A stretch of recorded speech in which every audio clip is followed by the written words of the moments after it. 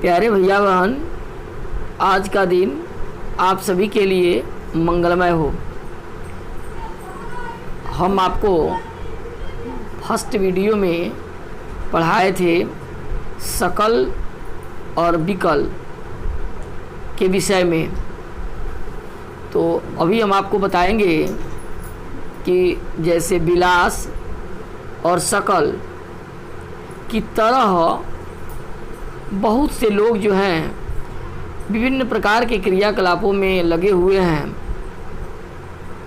हम देख रहे हैं कि विलास या विकल, कोई भी हम नाम रख सकते हैं, मछली बेचता है,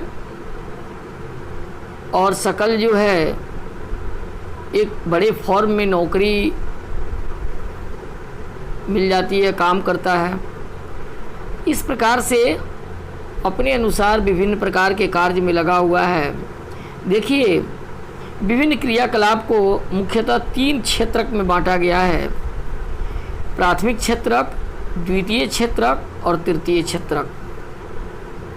प्राथमिक क्षेत्रक के अंतर्गत कौन कौन से कार्य आते हैं आपको बताते हैं।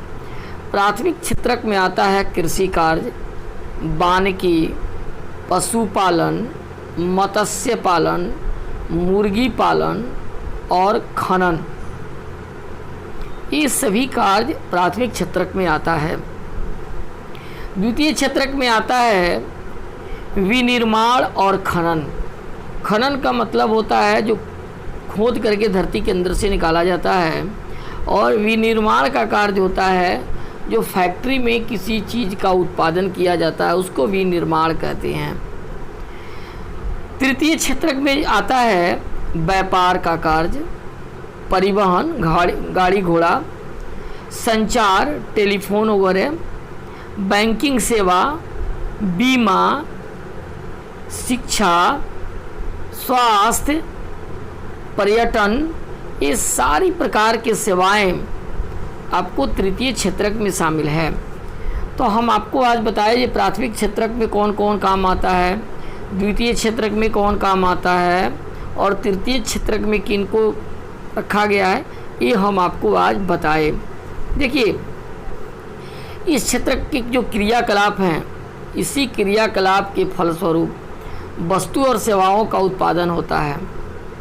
राष्ट्रीय आय में मूल्यवर्धन करते हैं। वे सभी क्रियाएं आर्थिक क्रियाएं कहलाती है, जिससे राष्ट्रीय आय में मूल्यवर्धन होता है। आर्थिक क्रिया के 2 भाग होते हैं, एक होता है बाजार क्रियाएं और दूसरा होता है गैर बाजार क्रियाएं। और बाजार क्रियाएं क्या है? बाजार क्रियाओं में वेतन या लाभ के उद्देश्य से किया गया क्रिया या किया गया कार्य के लिए पारिश्रमिक का भुगतान किया जाता है।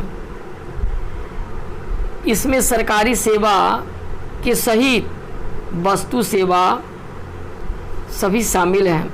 यानी सरकार जिसको पैसे देती है, वेतन देती है।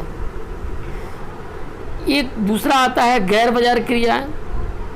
इस गैर बाजार क्रिया में क्या है?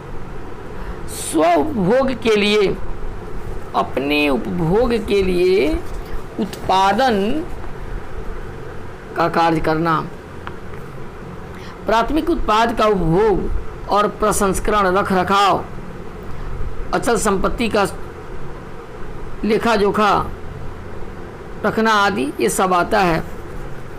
देखिए, ऐतिहासिक और सांस्कृतिक कारण से अगर देखा जाए तो परिवार में महिला और पुरुष के बीच में काम का बंटवारा होता है। हर घर में स्त्री और पुरुष के बीच में काम का बंटवारा है। ये सामान्य तौर पर देखा जाता है कि महिला घर का कामकाज करती है और पुरुष खेत में काम करता है या घर से बाहर का काम करता है। सामान्य रूप से देखा जाता है। महिला जो घर में काम करती है वो घर में खाना पकाती है, बर्तन साफ करती है, कपड़े धोती है, घर की सफाई करती है, अपने बच्चों की देखभाल करती है। और वही पुरुष खेत में काम करते हैं, उपज को बाज़ार में बेचते हैं परिवार के लिए धन कमाते हैं। ये दोनों के कार्यों में अलग अलग बंटवारा है। तो परिवार के पालन पोषण के लिए जो सेवा की जाती है महिलाओं के द्वारा, उसके लिए कोई भुगतान नहीं किया जाता है, उसके लिए कोई पैसा नहीं दिया जाता है। लेकिन वही एक पुरुष जो धन कमाता है, जिससे परिवार के लोगों का पालन पोषण होता है, खर्च चलता है, उसके लिए पैसे मिलते हैं। देखिए, परिवार के लिए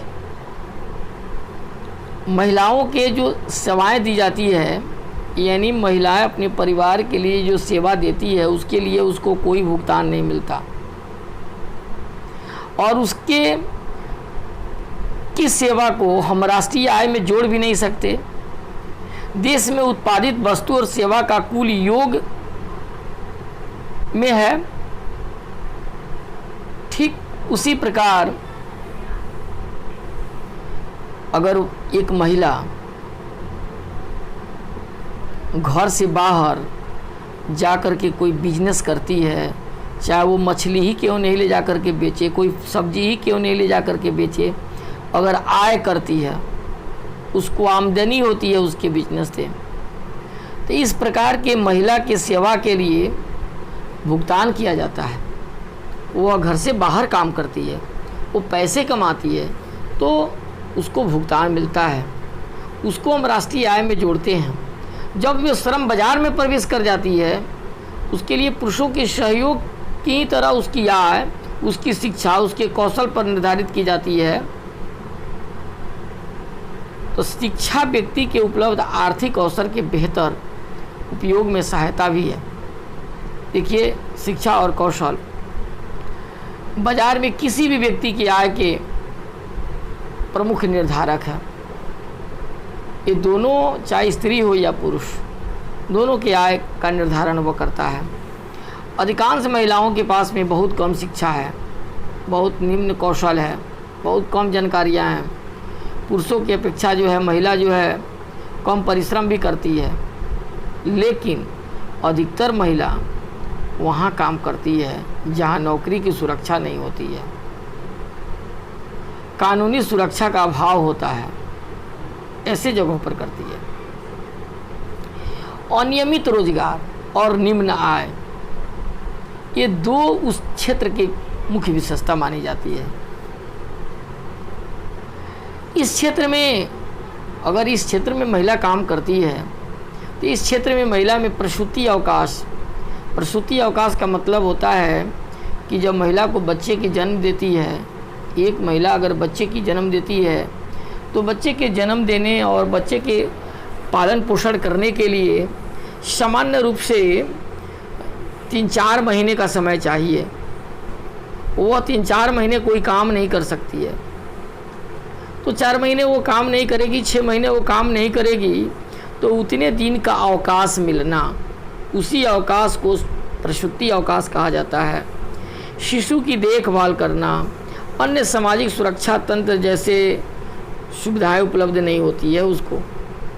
उच्च शिक्षा, उच्च कौशल वाली महिला को पुरुषों के बराबर वेतन मिलता है।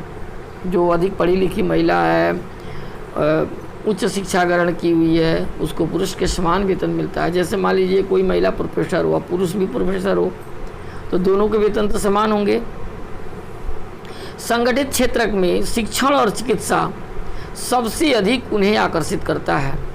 अगर डॉक्टर पुरुष है, डॉक्टर महिला है, दोनों की आमदनी सेम है। अगर प्रोफेसर पुरुष है और प्रोफेसर महिला है, दोनों की आमदनी समान है। कुछ महिलाओं ने प्रशासनिक और अन्य सेवा में भी प्रवेश किया है।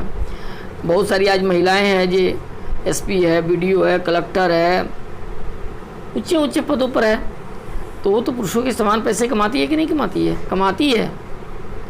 वैज्ञानिक और प्रौद्योगिकी सेवा के उच्च स्तर की आवश्यकता पड़ती है।